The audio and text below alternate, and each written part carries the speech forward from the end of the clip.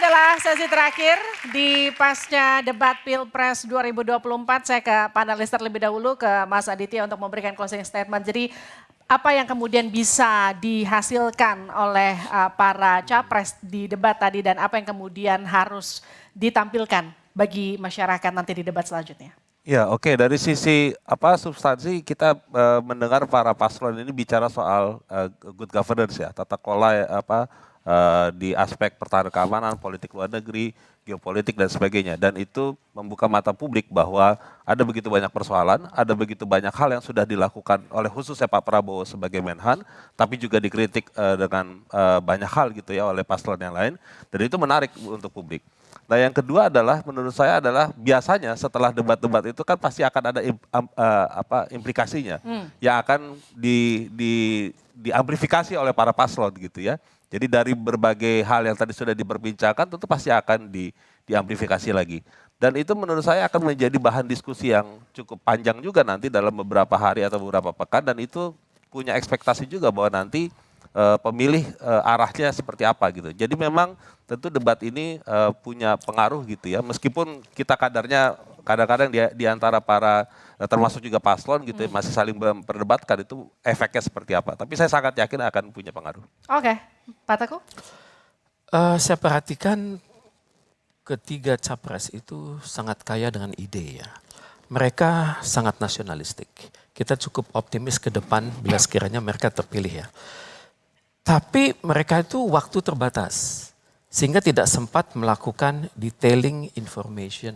Misalnya Pak Anies tadi tidak berbeda data yang beliau sampaikan dengan disampaikan oleh Kompas. Tapi ternyata kalau kita berpikir ini adalah fenomena gunung es, maka perlu cek dan recheck ya. Kemudian Pak Prabowo mengatakan kekuatan militer itu mutlak itu penting sekali. Namun yang saat ini lupa beliau kemukakan adalah di tahun 2019 lalu beliau menggunakan kata kunci Thucydides. Mungkin beliau maksudkan untuk sekarang itu Sun Tzu maupun von Clausewitz ya. Selanjutnya saya akan ke Mas Zulfikar. Jadi setelah melihat debat tadi seberapa yakin para pemilih akan memilih Anies Baswedan?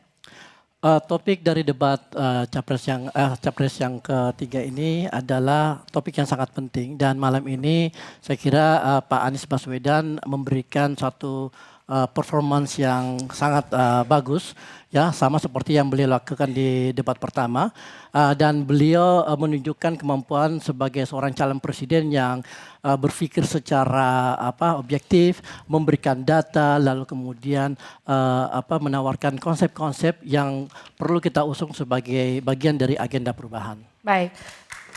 Mas Bobi, seberapa yakin Anda pasca debat tadi para pemilih akan memilih Prabowo Subianto? Saya sangat yakin karena yang disampaikan beliau pada malam ini benar-benar fokus pada menyampaikan programatik dan beliau sangat santun. Beliau tidak menyerang atribut, beliau tetap fokus bagaimana menjelaskan walaupun katanya ada data atau tidak dibalas dengan data, apa yang mau dibalas datanya pun juga tidak jelas juga apa yang mau disampaikan sehingga masyarakat bisa menilai mana yang paling realistis, terukur, memiliki dimensi waktu yang jelas terhadap program-programnya. Baik, Mas Islah silakan.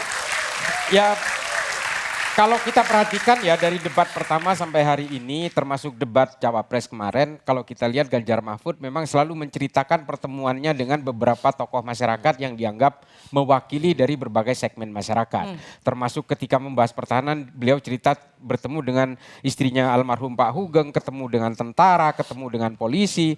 Ini membuktikan bahwa betul-betul pasangan ini betul-betul ingin menyedot suara dari rakyat untuk bisa menentukan trajektori kepemimpinan mereka dan yang paling saya apresiasi adalah apresiasi Pak Ganjar terhadap adanya zero attack terhadap terorisme di Indonesia tahun ini. Ini betul-betul ada kepedulian yang betul-betul sangat spesifik terhadap keamanan dan pertahanan di Indonesia. Tepuk tangan untuk seluruh narasumber saya pada malam hari ini. Islah Bahrawi, Bobi Adityo Rizaldi, Zulfikar Amir, Aditya Perdana dan Teguh Reza Syah. Terima kasih Bapak-Bapak semua sudah hadir bersama kami di Pasca Debat Pilpres 2024. Saudara, demikian pembahasan kita di Pasca Debat Pilpres 2024. Terima kasih kepada seluruh perwakilan tim ses dan panelis yang sudah hadir malam hari ini. Semoga dengan debat capres tadi dan pembahasan kami malam hari ini bisa semakin meyakinkan pemilih. Pastinya rakyatlah yang akan menentukan siapa pemimpinnya untuk 5 tahun mendatang. Saya Audrey Chandra. Dan saya Liviana Cerlisa. Terima kasih dan saksikan terus Kompas TV, independen, terpercaya. Sampai jumpa.